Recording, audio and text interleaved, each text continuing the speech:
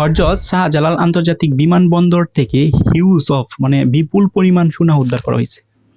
তো বিশেষ করে যে এয়ারপোর্টগুলো যেন আছে সেখানে কিন্তু হাই সিকিউরিটি থাকে এবং বিভিন্ন যেন অকারেন্সগুলো হয়, বিশেষ করে যে গোল্ড যেন চোরাবালি বা গোল্ড এক দেশ থেকে অন্য দেশে চুরি করে নিয়ে যাওয়া, সেটা কিন্তু বিমানবন্দর দিয়ে কিন্তু ম্যাক্সিমাম অফ যারা এই কাজগুলো করে তারা কিন্তু চেষ্টা করে।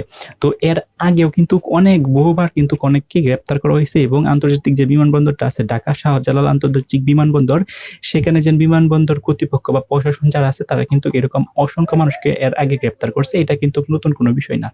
এখন রিসেন্টলি আছে, অর্থাৎ গতকাল যে ঘটনাটা ঘটছে সেটা হচ্ছে দুবাই থেকে একটা ফ্লাইট আসছিল বাংলাদেশে।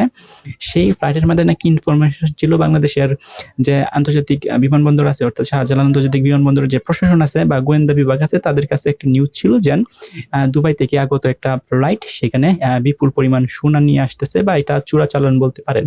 তো তারা কিন্তু অভিযান চালায়। এই ফ্লাইটটা বাংলাদেশি এয়ারপোর্টে আসার পর, অবতরণ করার পর কিন্তু অভিযান চালায় এবং সেটার কিন্তু স্বচ্ছতা মিলে এবং সত্যতা মিলার পর কিন্তু এই বিপুল পরিমাণ গোল্ড উদ্ধার করে। এখন প্রশ্ন হচ্ছে কত কেজি গোল্ড? সেটা হচ্ছে 19 কেজি গোল্ড। তাহলে চিন্তা করে দেখেন রাইট নাও বাজারে 19 কেজি গোল্ডের দাম কত হতে পারে।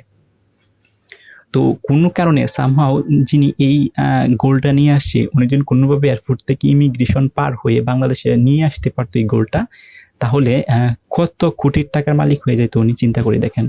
তো এরকম কিন্তু অকারেন্স এয়ারপোর্টে প্রায়ই কিন্তু ঘটে। এইগুলাকে প্রতিহত করার জন্য এয়ারপোর্ট কর্তৃপক্ষ যারা আছে তারা কিন্তু খুবই স্ট্রংলিভাবে অ্যাক্টিভভাবে কিন্তু তারা কাজ করে এবং এই ধরনের যেন চোরাচালিয়া বলেন বা যারা হচ্ছে এই ধরনের অকারেন্স করে তাদেরকে কিন্তু প্রতিহত করে।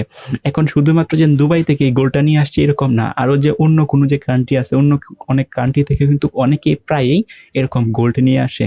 গোল্ড বাদেও কিন্তু আরও যে মাদক দ্রব্য বলেন এইগুলাও কিন্তু নিয়ে আসে। বাট সচরাচর আপনি দেখে থাকবেন যে এয়ারপোর্টে যেগুলোকে ধরা হয় সেগুলো হচ্ছে কিন্তু ম্যাক্সিমাম অফ সময় কিন্তু দেখবেন গোল্ড চোরাচালানবাড়ি যারা আছে বা গোল্ড যারা এক দেশ থেকে অন্য দেশে পাচার করে তাদেরকেই কিন্তু ধরা হয়ে থাকে। সো এই গোল্ডটা কিন্তু এখন বাংলাদেশ সরকার জব্দ করছে এবং এটার কিন্তু একটা প্রপার ইনভেস্টিগেশন এখন করা হবে। যেহেতু 19 কেজি গোল্ড, আপনি চিন্তা করে দেখেন 19 কেজি গোল্ড, এটা হিউজ অফ অ্যামাউন্টের বিপুল পরিমাণ একটা গোল্ড। সো এই গোল্ডটা কোথায়, কেন, কিভাবে, কার কাছে নিয়ে আসতেছে, এটা অবশ্যই একটা ইনভেস্টিগেশন হবে। ইনভেস্টিগেশন করার পর বাংলাদেশ যে আইন আছে প্রচলিত সেই আইনে কিন্তু তার শাস্তিটা প্রদান করা হবে।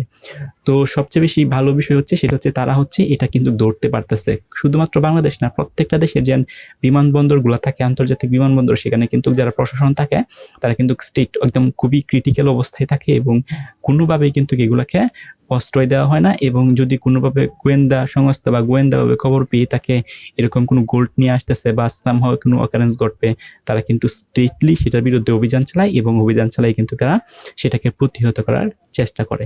সো আপনাদের মতামত কি? কমেন্ট করে জানান।